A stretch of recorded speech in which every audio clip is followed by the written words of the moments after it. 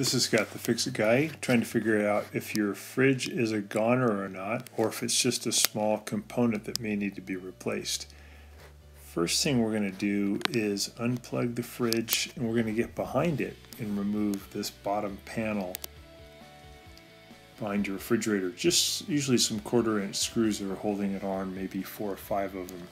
So we'll unplug it, and we're going to be looking to see what's going on with this part, which is called the compressor.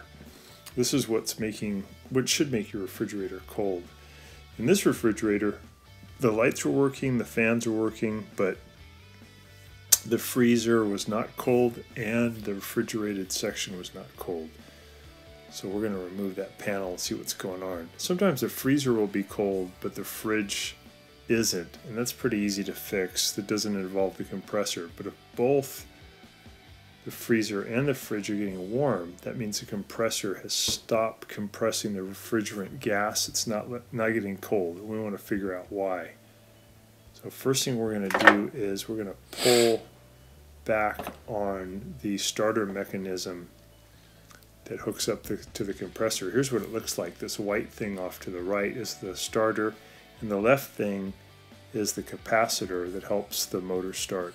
So these are hooked together, and they're hooked onto the compressor, and all you have to do is just grab it and wiggle it off. Sometimes there's a little bar holding it on that you have to pry off the bar, and then just wiggle it off.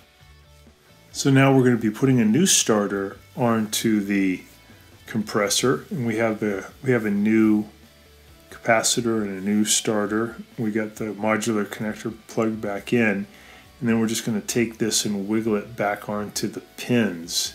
Here's the 3 pins that it wiggles onto: the top pin and then the 2 side pins. And once we get it on, we can test it and see if it's doing better. We're also going to do a continuity test of those pins we just looked at. So we set our meter to measure continuity, and we should hear a beep between each of the 3 pins. So if I put it on the top pin and then touch it to either of the bottom pins, I should hear a beep, or the 2 bottom pins, I should hear a beep.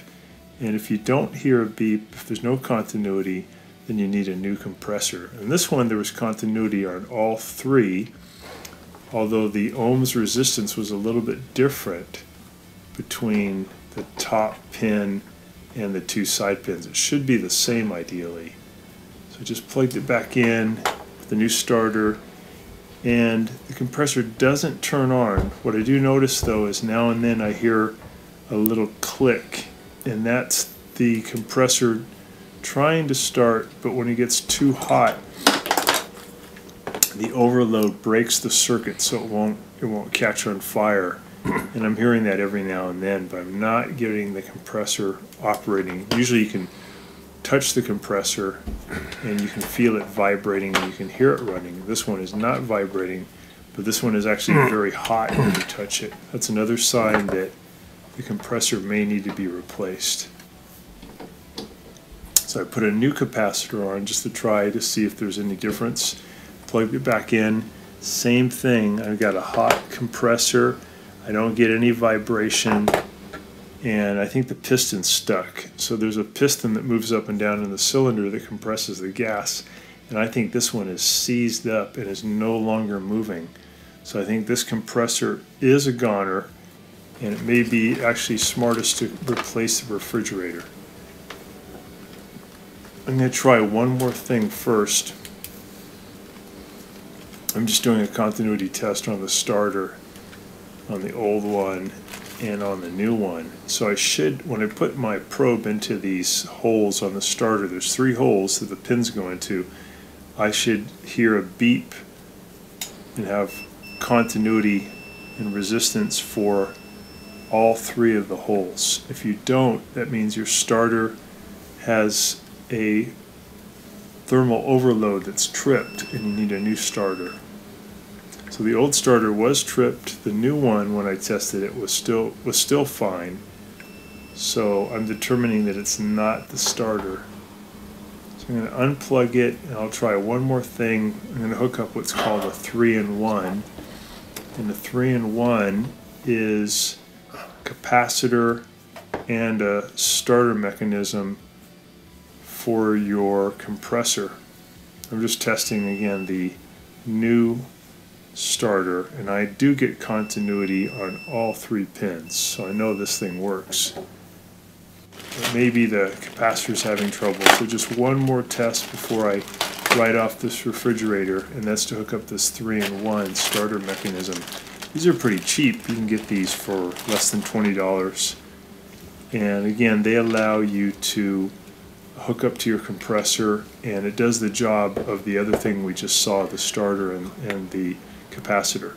So I'll unplug it, and I'm going to use my wire cutters to cut the 2 power wires that were going to the old starter. This one has a little modular connector. I'm going to cut those wires and strip them back. There's 2 white wires and 1 blue. I'll take the 2 black wires that are on the 3-in-1 that go to the power supply. I'll hook one of those black wires up to the blue wire with a wire nut, as shown here in the picture that comes with it. And then the 2 white wires, I'll hook them together and hook that up to one of the other black power wires on the 3-in-1. So that'll be bringing power into the 3-in-1 starter device, and then the 3-in-1 starter device has 3 wires coming out the other end of it. It has a black wire, a red wire, and a white wire, and those hook up to your compressor. So the black wire is going to hook up to the very top pin, or the common pin. Kind of looks like a triangle, but it'd be the pointy part of the triangle at the top or at the bottom. In this case, the triangle, the point is at the top. So I hooked on the power supply, and then I'm going to hook the black to the common, which is at the top, and then I'll hook up the red to the left pin and the white to the right pin.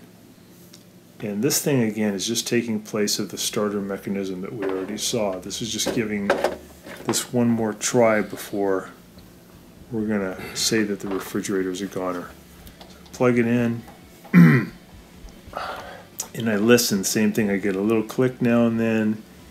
I have a really hot compressor. It's so hot that I can't even really touch it for more than about 3 seconds.